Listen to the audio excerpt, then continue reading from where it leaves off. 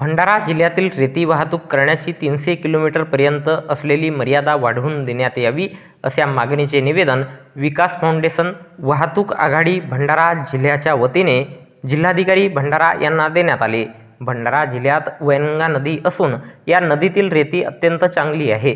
त्यामुळे या रेतीची मागणी संपूर्ण महाराष्ट्रात तसेच इतर राज्यातही मोठ्या प्रमाणात मागणी आहे. त्यामुळे महाराष्ट्र शासनाने रेती साठवणुकीचे डेपो तयार करून त्या ठिकाणी रॉयल्टी प्रमाणे रेती वाहतुकीसाठी 300 किलोमीटरपर्यंत रेती पाठविण्याची परवानगी दिली आहे.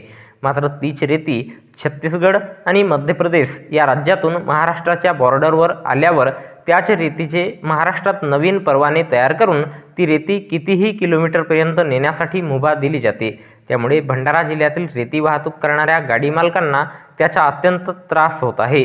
त्यामुळे शासनाने 300 किलोमीटरपेक्षा जास्त रेती पोहोचविण्याची परवानगी देण्यात यावी, यासाठी विकास फाउंडेशन वाहतूक आघाडी भंडारा जिल्हाध्यक्ष तथा माजी आमदार चरणभाऊ वाघमारे, चंद्रशेखर भिवगडे, अरविंद भालाधरे, नितेश ठोंबरे, राहुल भोंगाडे, सब्बीर अन्सारी, मधुकर पटले, महेश कडंबे, तुषार लांजेवार, नितीन नागदेवे, रुपेश साठवणे यांनी दिनांक 6 जून 2024 रोज गुरुवारला दुपारी 4:30 वाजता जिल्हाधिकारी भंडारा योगेश कुंभेजकर यांना निवेदन देऊन मागणी केली की भंडारा जिल्ह्यातील रेती वाहतूक करण्यासाठी लावलेली 300 किलोमीटरची मर्यादा वाढवून ती महाराष्ट्रात आणि महाराष्ट्राच्या बाहेर वाहतूक करण्यासाठी परवानगी द्यावी, अशी मागणी करण्यात आली.